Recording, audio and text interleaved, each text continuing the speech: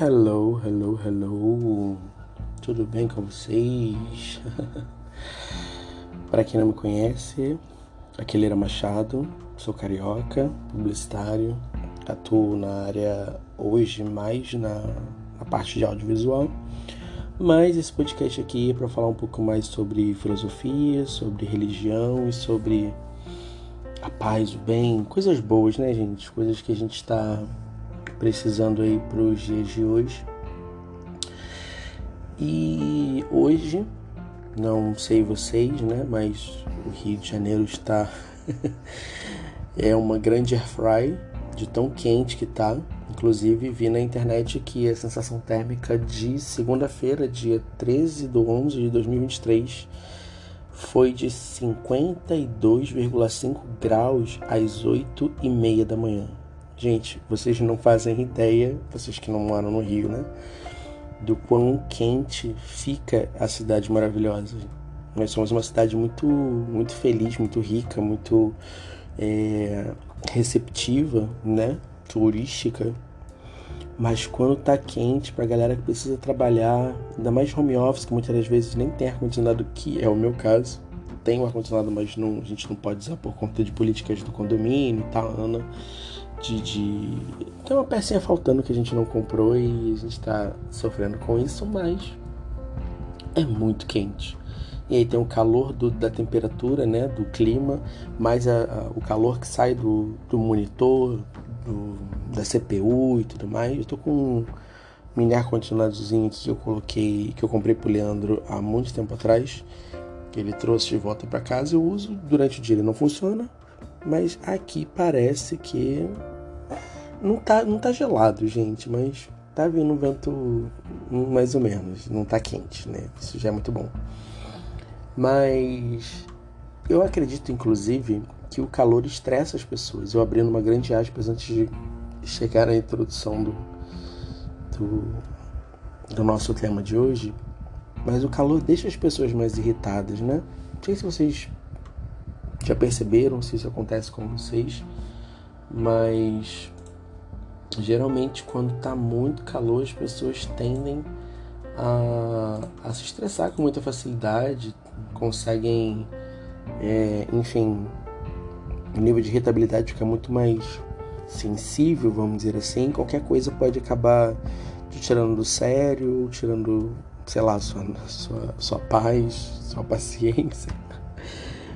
E eu confesso que eu tô um pouquinho assim, né? E aí a gente adentrando ao nosso tema de hoje, partindo do princípio, vamos começar com o princípio da cultura, né? Para quem não sabe, cultura, pela ótica da antropologia, significa um conjunto de padrões de comportamento, de crenças, conhecimentos, costumes que distinguem, né, grupos sociais. Ou seja, a cultura é dita como um determinado grupo, um determinado nicho vive, seja de maneira política, seja um complexo de atividades, sejam instituições, sejam padrões sociais ligados à criação e difusão das belas artes, por exemplo, né, de ciências e afins, né? É um sistema que rege um determinado grupo. E a gente sabe que o Brasil, ele é um grande sistema, um ecossistema. Eu botando ecologia no meio, gente. Mas é um grande sistema muito diverso, muito misto, né? Então a gente acaba lidando com uma diversidade muito grande, né? Seja de maneira regional, seja de maneira estadual, seja de maneira até mesmo dentro das próprias cidades, né? A gente às vezes acaba encontrando culturas diferentes, semelhantes por zona, por exemplo, né? Tipo Zona Oeste, Zona Sul, Zona Leste e tudo mais. Aqui no caso do Rio, somos Zona Norte, Zona Sul e Zona Oeste, né? Não temos leste e não temos centro, porque o nosso centro ele fica praticamente ali na costa, né? Mais voltado para a área oceânica, para a área do mar, das praias. E assim, mesmo assim, a gente consegue, mesmo morando na mesma cidade, ter traços culturais distintos, né? Onde na Zona Sul a gente consegue ter um determinado tipo de cultura, na Zona Norte a gente tem outro tipo de cultura, na Zona Oeste é um misto, porque geralmente quem mora na Zona Oeste é um emergente, então é alguém que saiu de uma zona mais tranquila, vamos dizer assim, mais humilde, que é a Zona Norte, e migra para uma Zona Sul, né? Uma zona mais elitista, e aí a Zona Oeste é mais, não é mais, né? Porque também existem bairros lá que tem super cara de Zona Norte, tá? Isso eu confesso. Mas falando de cultura, tem muito disso, né? Os emergentes vão para a Zona Oeste, quem é elitista vive, né? Nasce, cresce, reproduz e morre na Zona Sul, e Zona Norte é o subúrbio, né? É onde a galera possui uma cultura mais empática, mais acolhedora, mais cuidadosa, né? De proteção, essas coisas assim. E a nível de violência, a violência da Zona Oeste é a violência da Zona Norte, é a violência da Zona Sul, porque aí já é um problema cultural acima dessa que eu tô falando agora, né? Mas enfim, é muito importante pra gente, enquanto ser humano, entender diversos tipos de cultura, porque isso acaba nos ensinando como lidar com determinadas situações, determinadas pessoas, determinados casos. E eu tô aqui agora, né, nesse exato momento, mais uma vez, gravando podcast de madrugada, porque quando eu tenho silêncio, mas hoje não foi por conta disso, foi porque realmente fiquei incomodado, eu fiquei sem sono, então, cara, pensei, vou fazer o meu diário, né, vou lá falar com a galera do podcast, porque já faz, inclusive, muito tempo que eu não falo com vocês, né, e eu precisava tirar isso de mim, porque eu acho que sim, eu fiquei chateado de alguma forma, apesar de entender os motivos do que aconteceu comigo, que eu já vou falar, tá? Mas vou falar logo, né? Eu passei por uma experiência recentemente, onde, por um momento, uma determinada pessoa veio chamar a minha atenção em relação a alguma coisa que eu fiz, e que de fato, né, faz sentido o apontamento dessa pessoa sobre fazer, como é que eu posso dizer, eu também não quero expor as coisas de maneira tão clara, mas tentar trabalhar com uma parábola. Eu tô com um bonequinho aqui na mão do Coringa, né? E existe eu resolvi criar esse Coringa e distribuir para os meus amigos, né? Porque pra mim, culturalmente, isso é um ato de carinho, uma forma de dizer que eu gosto da pessoa, de que eu admiro determinado local, enfim, empresa, instituição, igreja. E para mim, culturalmente, fazer esse bonequinho e propagá-lo por aí com pessoas que eu conheço é uma forma de dizer que eu admiro muito o trabalho desse bonequinho e que eu gostaria muito que as outras pessoas também tivessem esse deleite, esse prazer, né? E aí aconteceu de uma pessoa que não está ligada a mim diretamente, né, em termos de liderança, chamou a minha atenção dizendo que isso era antiético, fazer esse tipo de coisa era antiético, porque não há intimidade, não há como é que eu posso dizer, não há um tempo hábil de conhecimento em relação a esse bonequinho, né? Então isso acaba sendo antiético e que isso é uma atividade proibida entre nós, E eu fiquei com aquilo na cabeça porque a palavra proibida pesou muito, né? E a palavra antiético também pesou muito. E eu fiquei pensando, gente, como assim? Né? Porque assim, pela parte da filosofia, a ética, ela é responsável pela investigação dos princípios que motivam, distorcem ou disciplinam o comportamento humano, né? Ou seja, é uma questão de reflexão a respeito da essência das normas, dos valores, exortações, enfim, qualquer coisa nesse sentido que voltado para a realidade social, né?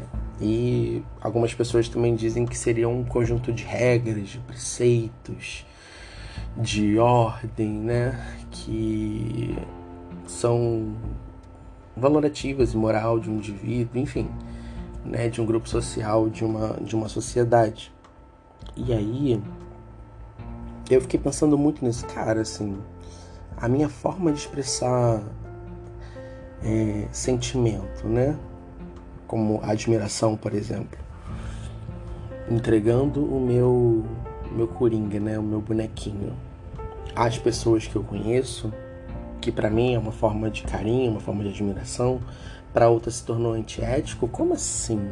Como assim? Isso não sai da minha cabeça, porque estudando liderança e gestão de pessoas, a gente entende que na parte de ética a gente fala mais sobre essa parte de conjunto de regras, de preceitos, de ordem, né?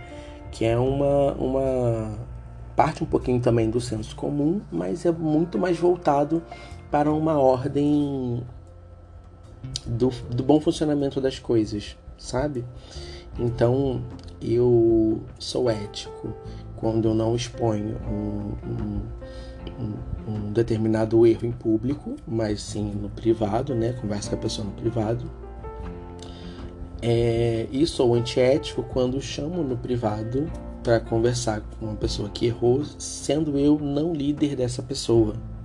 Por que isso é antiético? Porque pelo conjunto de regras e preceitos, né, de ordem valorativa e moral, diz que o certo seria respeitar a hierarquia de uma determinada instituição, por exemplo, onde se um colaborador ele vacila, ele erra, ele comete algum delito, quem tem que chamar a atenção ou advertir, ou orientar, ou dar um tipo de feedback para esse colaborador que errou, é a liderança direta dessa pessoa. Eticamente falando, esse é o correto. Então, se essa ordem, né, se essa hierarquia ela é quebrada, de modo que mesmo a pessoa sendo líder, ela venha chamar a atenção de um colaborador que ela não é líder direta, ela está sendo antiética por não respeitar a hierarquia das coisas. Porque, no caso, seria uma regra. A hierarquia é uma regra. E aí eu fiquei muito pensando nisso, porque assim, gente, eu acho que eu tô numa época onde as coisas precisam ser justas, ser claras. Eu entendo e confesso que pode ter sido um erro meu, né, falando a nível cultural, de ter distribuído o meu coringa sem ter um conhecimento prévio em relação a isso, né, ao contexto em que eu estava me encaixando, né, porque de repente não é a cultura daquele local, daquela instituição, que seja, receber deliberadamente um coringa, né, mesmo sendo por forma de afeto, por achar bom e legal e tudo mais, mas pela cultura, né, como eu tava falando, tô me perdendo já, gente, normal. Eu entendo que isso pode ser visto como algo errado e também é uma coisa que acaba complementando esse tipo de atitude, é o fato de não gostar, de repente, né? Simplesmente não gosta, é uma questão de gosto. Isso é um argumento plausível porque parte do intrínseco da pessoa, né? Uma coisa pessoal, uma coisa subjetiva. Mas a partir do momento que coloca como algo proibido pelo local, pela instituição, pela igreja, pela casa, pela ordem. Bateu a Erika. A Erika não, Gente, eu tô péssimo hoje de nome, gente. A Hilton. Se for uma questão de gosto, é plausível. Eu consigo entender. Porque é uma questão de gosto que acaba caindo um pouquinho, bem ou mal, na questão da cultura. Mas quando a gente fala de ética, que são esse conjunto de regras, a gente não pode utilizar dessa regra da ética se eu estou burlando a própria regra, inclusive a mesma regra, que é de ser ético, né? Então eu tô muito com isso na cabeça, né? E fiquei pensando assim, gente, será que...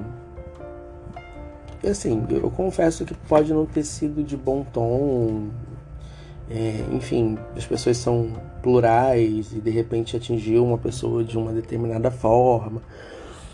E assim, mas quando as coisas são claras, quando as coisas são justas, né, dizer a verdade do tipo, cara, eu não gostei, não achei legal, não sei o que, é melhor parar, é um argumento maravilhoso, mas colocar como algo proibido, que nós proibimos que isso aconteça, porque isso é antiético, isso é não sei o que, sabe, colocando esses rótulozinhos, esse moralismo em cima de uma coisa que está, pelo menos pelo que parece, né, mais baseado em relação a gosto pessoal.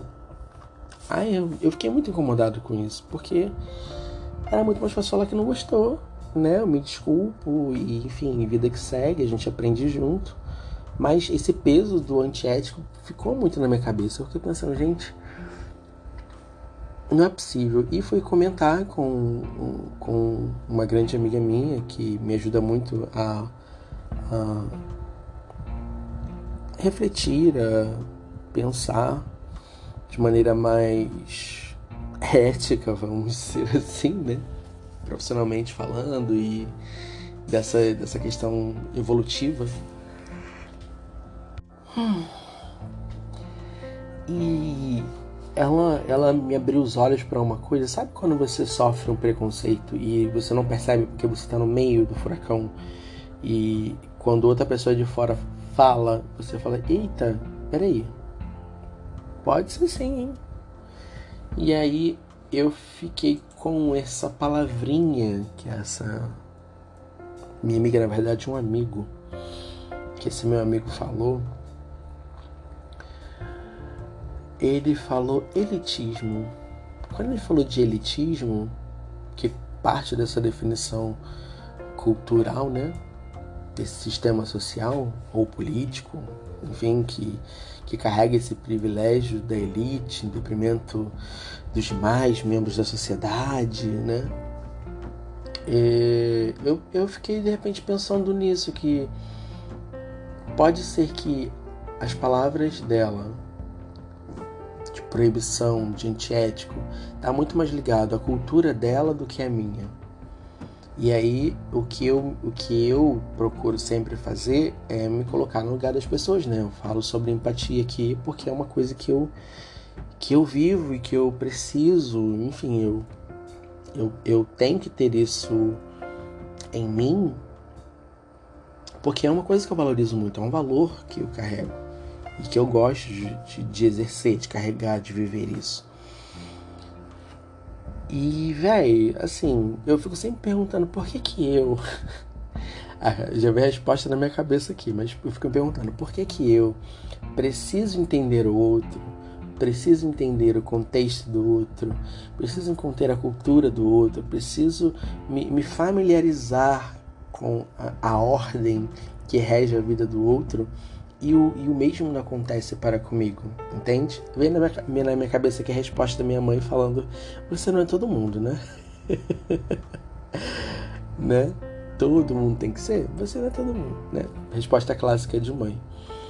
Mas, de uma certa forma, isso age como elitismo, porque quando uma pessoa julga a outra segundo a sua cultura, sem entender a cultura do próximo, ela está, de uma certa forma, colocando a sua cultura acima da do próximo, porque é a que você conhece, é a soberana, é a única realidade plausível, seja momentânea, seja eterna.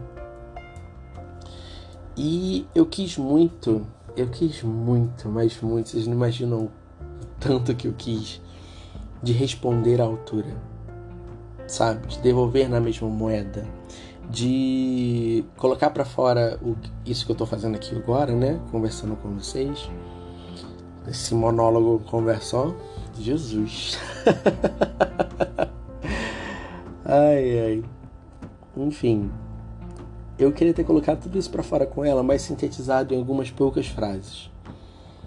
Nessa questão do elitismo que, né, virou uma chave na minha cabeça pra entender o que eu sofri, não me colocando no lugar de vítima, mas não foi com um tom de aviso, no sentido de para você melhorar, para não acontecer mais problemas, tipo o famoso feedback, né, positivo, uma crítica construtiva. Não, foi algo do tipo, não foi legal, tá errado, não pode fazer. E ponto. Eu queria muito ter falado algumas coisinhas, então vou falar aqui. Porque para vocês é mais tranquilo, né, poder colocar para fora essas coisas. E eu pensei no seguinte, eu pensei em falar sobre o meu conhecimento em liderança e gestão de pessoas, né, projetos e pessoas. E o básico para qualquer tipo de liderança, e isso eu não estou falando da Bettina Polaroid, estou falando dessa situação em si. O básico da liderança diz que a gente precisa elogiar em público e exortar no privado, né? O precisa é entre muitas aspas, seria uma forma ideal de você lidar com determinadas situações. Então, quando você elogia em público, você está enaltecendo o trabalho daquela pessoa, está enaltecendo a atitude daquela pessoa, está enaltecendo, dando valor àquela pessoa, né? De uma maneira pública, de maneira tal, onde ela possa ser reconhecida, possa ser valorizada, possa se sentir útil de maneira pública, né? Se ela fizer parte de uma equipe, de um grupo, mas se não, fazer de maneira individual mesmo, mas é necessário ter essa cultura, vamos dizer assim, do elogio, do feedback positivo, da devolutiva em relação a alguma coisa que você fez, que foi positiva, que foi legal. É importante você receber isso de volta, porque, gente, ninguém aprende se não for comunicado. Se eu tô fazendo uma coisa, essa coisa, e ninguém tá se incomodando, ninguém tá falando que isso é errado, que isso é ruim e tudo mais, eu vou continuar fazendo, que pra mim é o certo, né? A partir do momento que eu faço e alguém fala, tipo, ó, isso não é legal, você já tem um feedback de que isso não pode ser legal, você pode estar ferindo algumas pessoas, ferindo algumas situações, posições, que seja, né? Mas precisa ser falado. Comunicação é a chave para resolver esse tipo de problema. E na segunda liderança e gestão de pessoas, né, nesse caso falando de Dale Carnegie, parte muito desse princípio. E isso de uma certa forma, essa pessoa que veio chamar minha atenção fez isso, porque fez no privado, não fez em público e tudo mais, mas um dos princípios da liderança e gestão de pessoas é justamente a hierarquia, o respeito.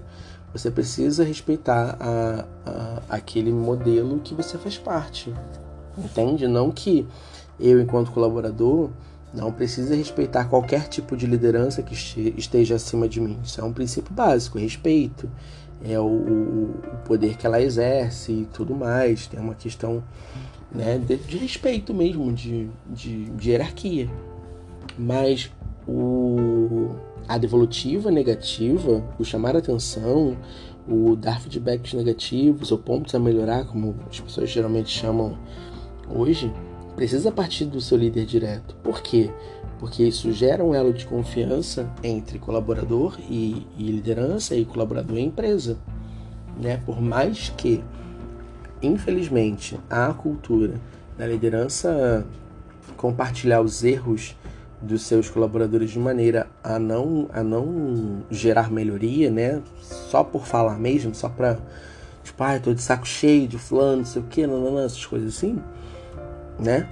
Mas que, infelizmente, isso seja uma péssima cultura, mais real, né? A construção de um elo de confiança entre colaborador e liderança é primordial até às vezes para o funcionamento do exercício em si, né? Do trabalho em si.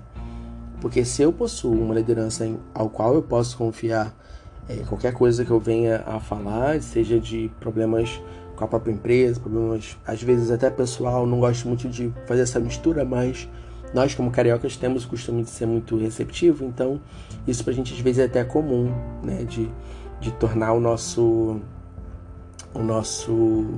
nossos colegas de trabalho em amigos pessoais, né? Essa conversão acontece bastante, porque bem ou mal a gente acaba passando muito mais tempo trabalhando do que curtindo o lazer e tudo mais, então isso é bem plausível. E esse elo de confiança, ele é importante justamente para que nós, né, falando agora de mim enquanto colaborador, para que eu valorize a empresa, né, queira estar na empresa, né, não seja uma relação só de estou aqui por causa do salário e eu preciso disso. Não, você precisa trabalhar com aquilo que você gosta, minimamente, nem que seja, mas tem que ser uma coisa que você gosta. E para isso você precisa admirar minimamente o que você faz e aonde você faz, né? Então, ter uma liderança presente, segundo Dale Carnegie, faz com que o colaborador se sinta melhor e, consequentemente, produza melhor. Então, o que eu falo para minha liderança, o que a minha liderança passa para mim, é uma comunicação reta, né? É um papo reto, como nós dizemos os cariocas. É comum, sabe? É o básico, vamos dizer assim. Então, o que eu falar com a minha liderança, ou a minha liderança falar comigo, são coisas que ficam entre nós, profissionalmente falando, por questões de ética, por questões de profissionalismo, de moral, né? Não é para ser assim um oba-oba. E se há algum tipo de problema entre times, é a liderança que precisa se resolver e os devidos feedbacks passados por suas respectivas lideranças, não uma se intrometendo no ritmo da outra, porque isso acaba se tornando pessoal, sabe? Não fica profissional. E é sobre isso que eu gostaria de refletir hoje, porque assim, filosoficamente, eu falei certo? Filosoficamente, tá certo, né?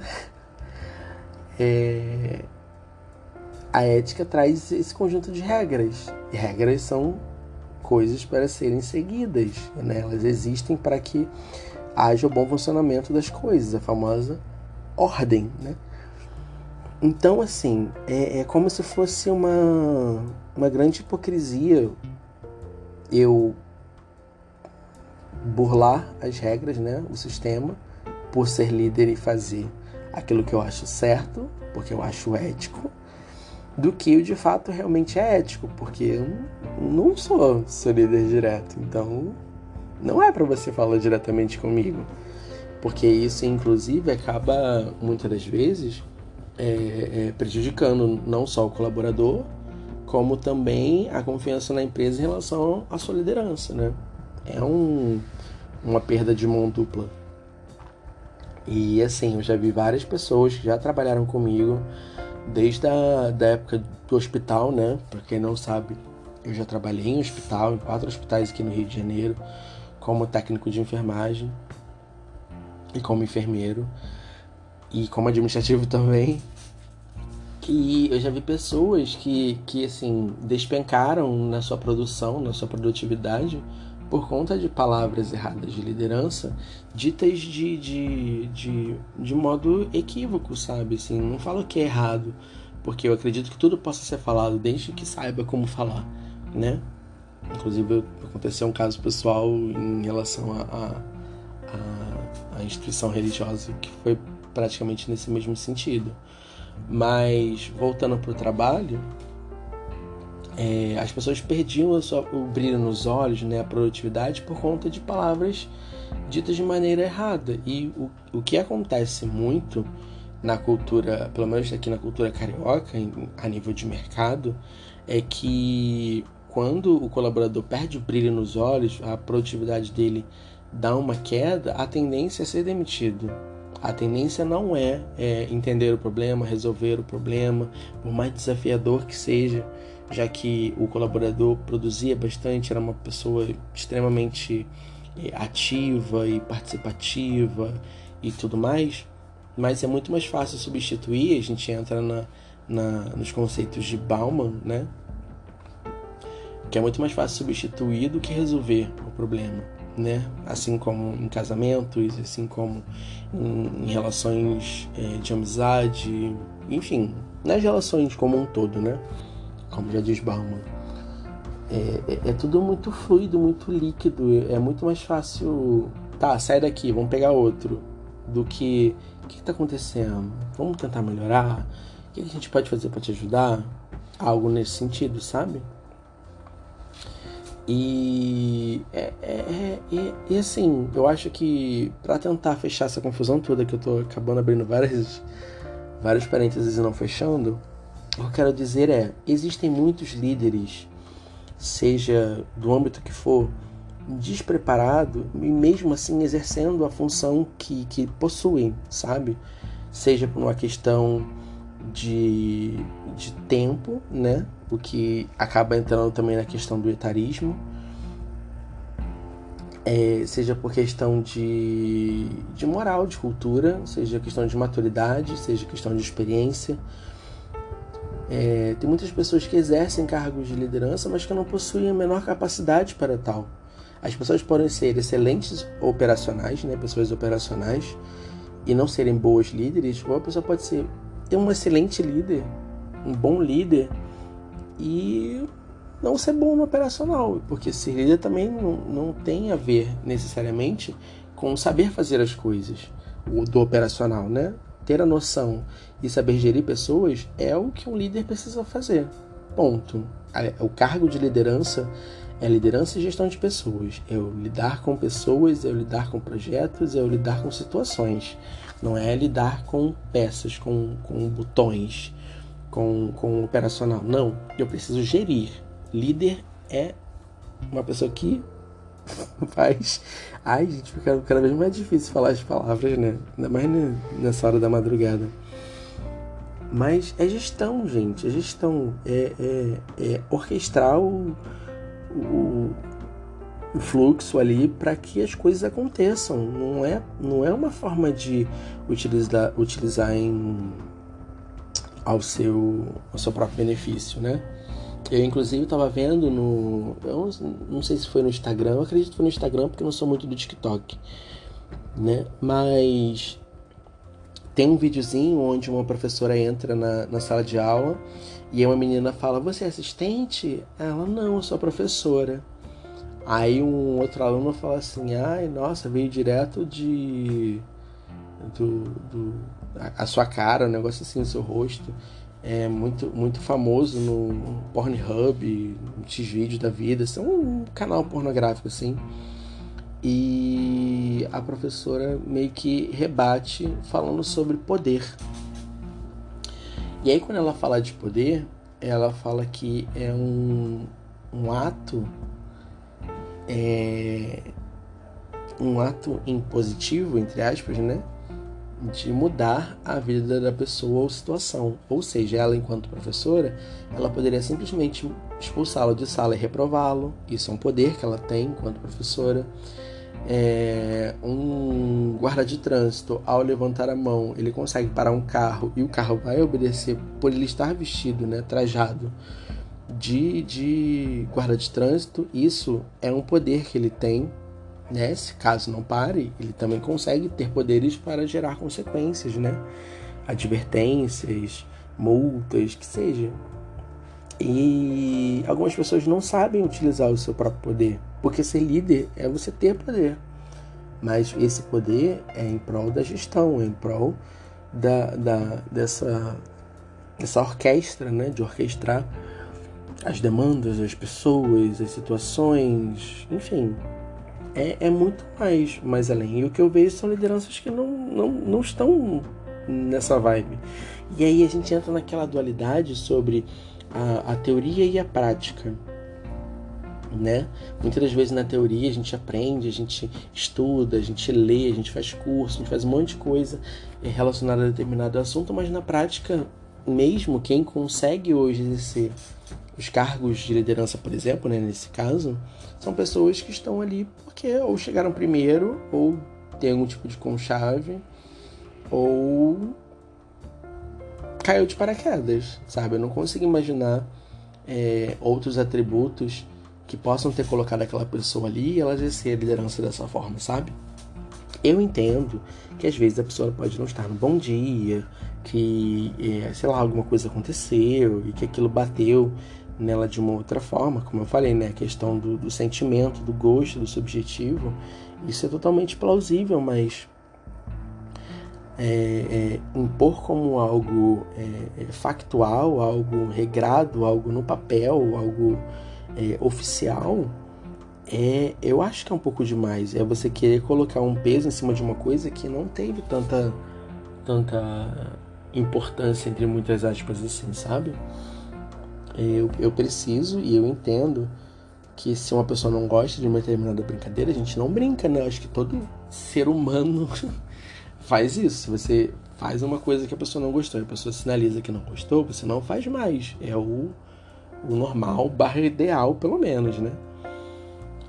Mas agora utilizar do seu poder para poder proibir uma determinada prática que, pelo menos por contrato, não é algo proibido, é complicado, né? Porque regra por regra tem que estar tudo registrado no papel. E infelizmente essa regra proibida não existe no papel. Pelo menos no papel não existe. Então, se fosse uma questão de processo, por exemplo, de como é que falam quando a pessoa... Não é difamação, não. Quando abuso de poder, por exemplo, quando a gente faz um tipo de processo nesse sentido, que vale o que está escrito. Obviamente que existem alguns fatores, né? E os advogados me corrijam se eu estiver errado, inclusive. Vou deixar aqui a caixinha de pergunta para isso. Mas existem fatores contextuais que contribuem para o reforço do fato, né? De uma certa forma, né? Não é só a letra ferro e fogo, mas se não é algo documentado e é uma coisa que alguém não sabe, ela não pode ser dita como regra, entende? Não tem como ser antiético sobre uma regra que não exista. Pode ser um senso comum, pode ser um costume, mas não é regra, entende? E é isso, assim, eu acho que o que mais me incomodou não foi o fato de ter sido chamado a atenção, porque todo mundo erra, eu erro, estou aqui disposto a aprender, a melhorar, eu assumo meu erro, peço desculpas, assim como foi a minha resposta, inclusive, né? Eu pedi desculpa, falei que isso não vai se repetir e tudo mais, tudo bonitinho, mas aquilo foi mais uma resposta para as coisas ficarem bem, né? Profissionalismo, o nome disso. Mas no meu ser, aquilo bateu de outra forma, porque eu encarei como uma imposição, eu encarei como um preconceito em termos de elitismo. Ela colocou... eu tô falando ela para tentar despistar, né? Mas eu acho que quem sabe quem é. Mas colocou a cultura dela como maior que a minha, entendeu? E, infelizmente, os fatores culturais precisam ser levados em consideração, porque às vezes a maneira como uma pessoa, mesmo o mais profissional possível, age depende muito do seu contexto, da sua cultura, do seu local, né? Os seus fatores demográficos, geográficos, psicográficos, tudo isso conta para a formação de um ser humano, né? Tanto que na publicidade a gente estuda o target, né? O público-alvo, através desses pilares, né? O demográfico, o psicográfico, o geográfico e o social. Não lembro qual o quarto. Mas a gente considera esses fatores como coisas que formam uma pessoa, né? Como ela pensa, como ela age, onde ela mora e qual o nível dela, né? Se ela classe social. Ai, enfim, desculpa pelo bocejo. Mas era isso, sabe? Eu ainda não consigo entender o mercado financeiro, não, o mercado de trabalho. Porque, não sei se vocês entenderam, minha parábola, né, mas foi relacionado a trabalho. Mas eu não consigo entender quando eu fico tentando descobrir em que momento isso se tornou algo normal, né? Porque se não é para levar para o pessoal, porque no pessoal eu posso chegar numa pessoa qualquer e falar o que eu achei, o que eu não achei, o que eu gostei, o que eu não gostei, porque é uma relação pessoal, não tem nível hierárquico que separem as pessoas de suas posições, de seus afazeres, de suas responsabilidades, seus deveres.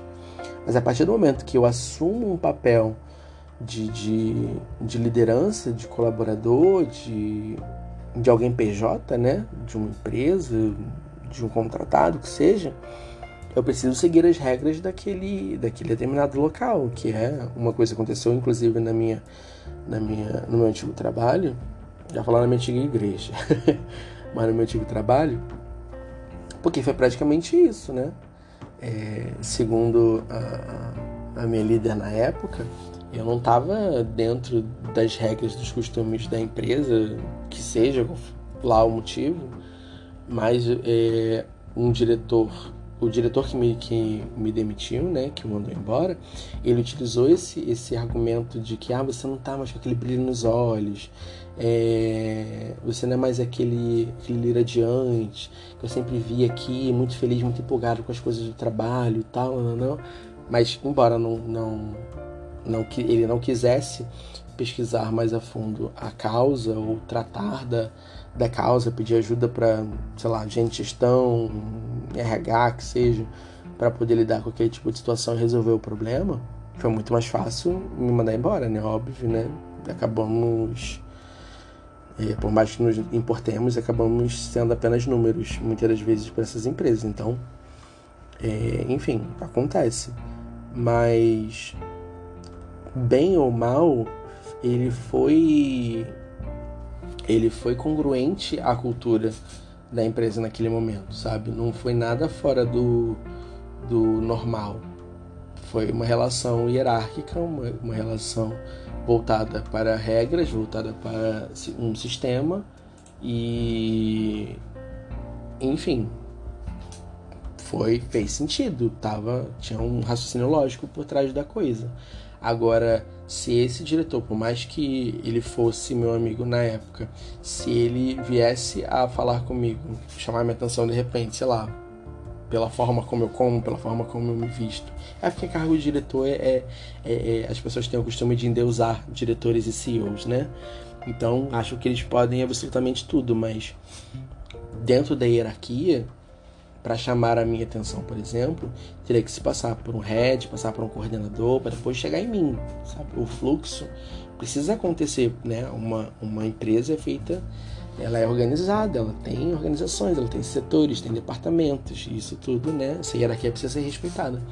Agora, quando eu sou pessoal, né? Quando a relação é pessoal, aí depende da questão profissional e eu tenho liberdade de falar o que eu bem entendo, com quem eu quiser, porque não tem essas regras, eu preciso respeitar nenhum tipo de ética, nenhum tipo de preceito para poder me comunicar ou mandar algum tipo de mensagem, porque é pessoal. Ali o que conta é a relação, a intimidade, o grau de afinidade que a gente acaba possuindo com uma determinada pessoa. Então, se eu tenho muita afinidade, eu vou falar muito mais coisas, de maneiras mais claras, talvez mais diretas, mais pesadas, mais ríspidas. Mas se eu não tiver tanto, mesmo assim, né, aquele cuidado, mas vai se falar independente do processo, independente do caminho. E é isso, assim, eu fiquei muito perplexo por conta disso. Eu entendo a cultura, eu entendo as diferenças, eu entendo o que possa ter levado aquela pessoa a agir dessa forma, mas isso não isenta ela do erro, né? Da mesma forma que eu errei de estar lá distribuindo meu coringa sem um conhecimento prévio, sem uma autorização, sem, sabe? Porque para mim, enquanto carioca, pessoalmente e profissionalmente é uma coisa extremamente normal, uma coisa tranquila. Culturalmente, para ela não foi. Ela poderia ter falado diretamente com a minha liderança falar comigo, né? Isso, ela errou por conta disso. Ela foi sábia de chamar no privado e não falar no grupo, mas ela errou porque não era ela que tinha que falar comigo. Você consegue entender? É aquele famoso tipo, é sim, sim, não, não. Se é pra ser certo, se é pra fazer dos moldes certos, se é pra seguir o fluxo certo, tem que ser o certo, né? É uma coisa que eu falo muito, inclusive, com os meus amigos mais próximos, é que o errado continua errado mesmo que todo mundo esteja fazendo. E o certo continua certo mesmo que ninguém esteja fazendo. O certo é o certo, o errado é o errado. Não tem essa de, mas tá todo mundo fazendo. Não tem essa. Se é errado, né? Por exemplo, aqui no Rio tem o péssimo hábito, né? As pessoas têm um péssimo hábito que é quase cultural de não querer pagar passagem, por exemplo, né? BRT, dá um calote no BRT, dá um calote no VLT, dá um calote no trem, né? Entram pelo buraco, escalam grades, pulam muros para não poder pagar passagem. É um péssimo hábito que muitos cariocas possuem. Mas por mais que todo mundo esteja fazendo, por mais que seja um hábito quase cultural, que assim, graças a Deus, graças ao meu bom Deus, não é todo mundo que faz, mas é uma minoria significante, por mais que todo mundo esteja fazendo, ainda é errado. Eu não posso me acomodar e me dar o luxo de errar dessa mesma forma se eu sei que é errado, entende? Não dá pra eu ser hipócrita, né? Inclusive na Bíblia, quando Jesus engata, né, de começar a falar seus escribas e fariseus hipócritas, é muito desse princípio, porque não interessa se a grande maioria está fazendo, se é errado. E ponto.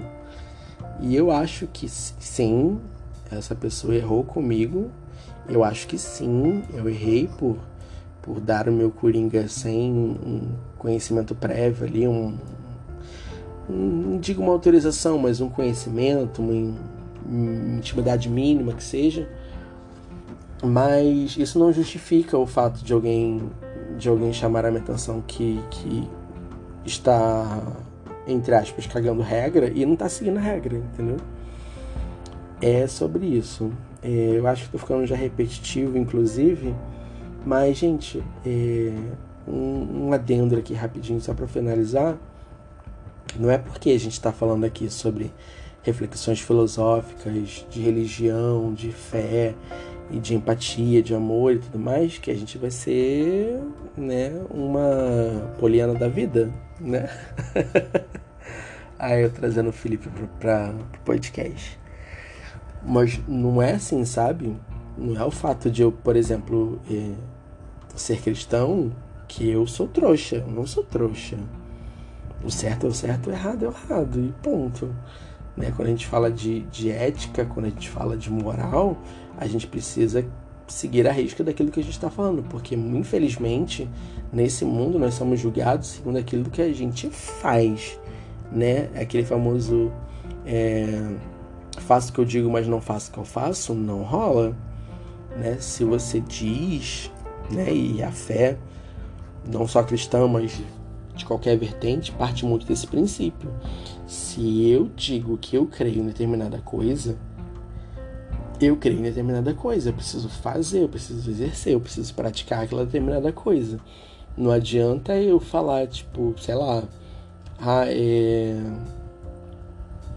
na minha religião eu mato animais, né, para poder fazer as coisas e tudo mais, mas em contrapartida eu brigo com as pessoas quando as pessoas vão... Esse é um exemplo péssimo, inclusive, né? Mas eu não posso me contrariar, eu não posso me contradizer. Sei lá, eu tive uma experiência, inclusive, com uma amiga minha, uma das minhas melhores amigas, se não a melhor, onde ela dizia que ela é espírita e ela se consulta com uma entidade que diz algumas coisas para ela, alguns aconselhamentos, como eles chamam, né? E de caridade, né? E aí o conselho era, você não deveria, na verdade, né, uma proibição, mas você não deveria se envolver com determinada pessoa porque você está investindo a sua energia em algo que não vai dar certo. É uma orientação, você crê naquilo, então você entende que aquilo é uma verdade para você, né? A sua fé é baseada naquilo, então a palavra dessa entidade é a lei para essa pessoa, para minha melhor amiga no caso, né? Aí a partir do momento que se ela passa a não praticar aquilo que foi orientado a ela dentro da fé dela, ela está se tornando, de uma certa forma, né? Ai, desculpa. Chamando a minha melhor amiga de hipócrita, gente. Mas eu te amo muito. Ela sabe que eu a amo muito. E sabe também que eu parto muito desse princípio da hipocrisia em alguns momentos, né? Ela mais do que ninguém, sabe? Mas é mais para ilustrar esse sentido, sabe?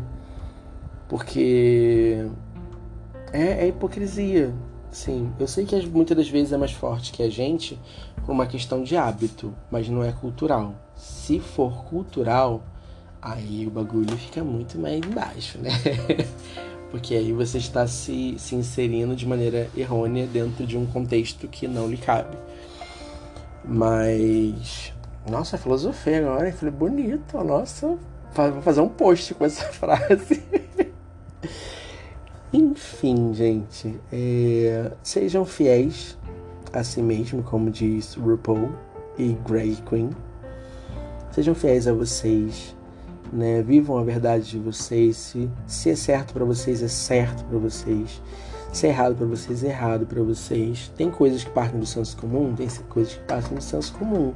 Podem ser errado pra todo mundo, podem ser certo pra todo mundo.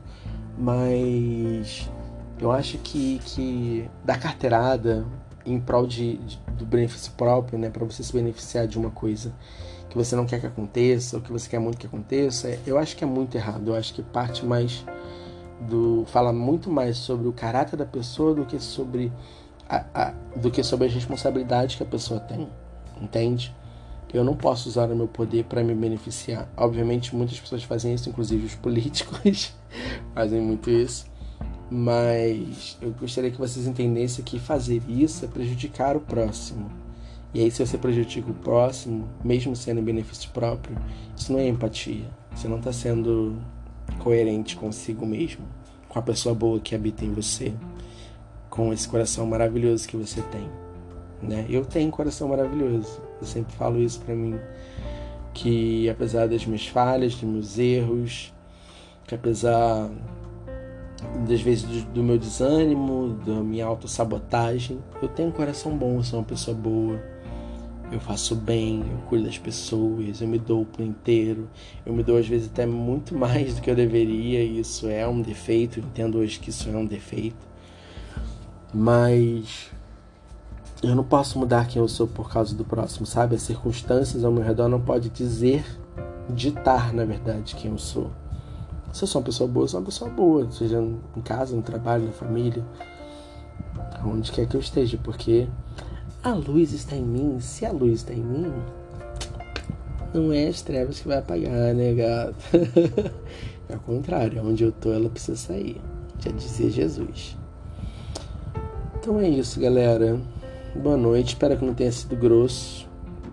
Eu nem pude falar do exemplo que aconteceu, né?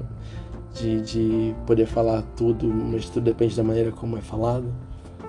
Mas foi um caso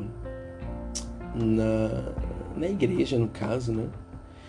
Onde, apesar da pessoa que disse estar certa em seu ponto de vista, em sua colocação, a maneira como foi dita pode não ter sido uma das melhores, e isso gerou afastamento de uma pessoa, e aí não é legal, né? Porque a gente tá falando de vidas nesse caso. E toda vida precisa ser cuidada, né? Cada um tá no seu nível, cada um tá se alimentando de um tipo diferente de alimento, alguns líquidos, alguns pastosos, alguns já estão no sólido. Esse bobear já tá no gasoso, né?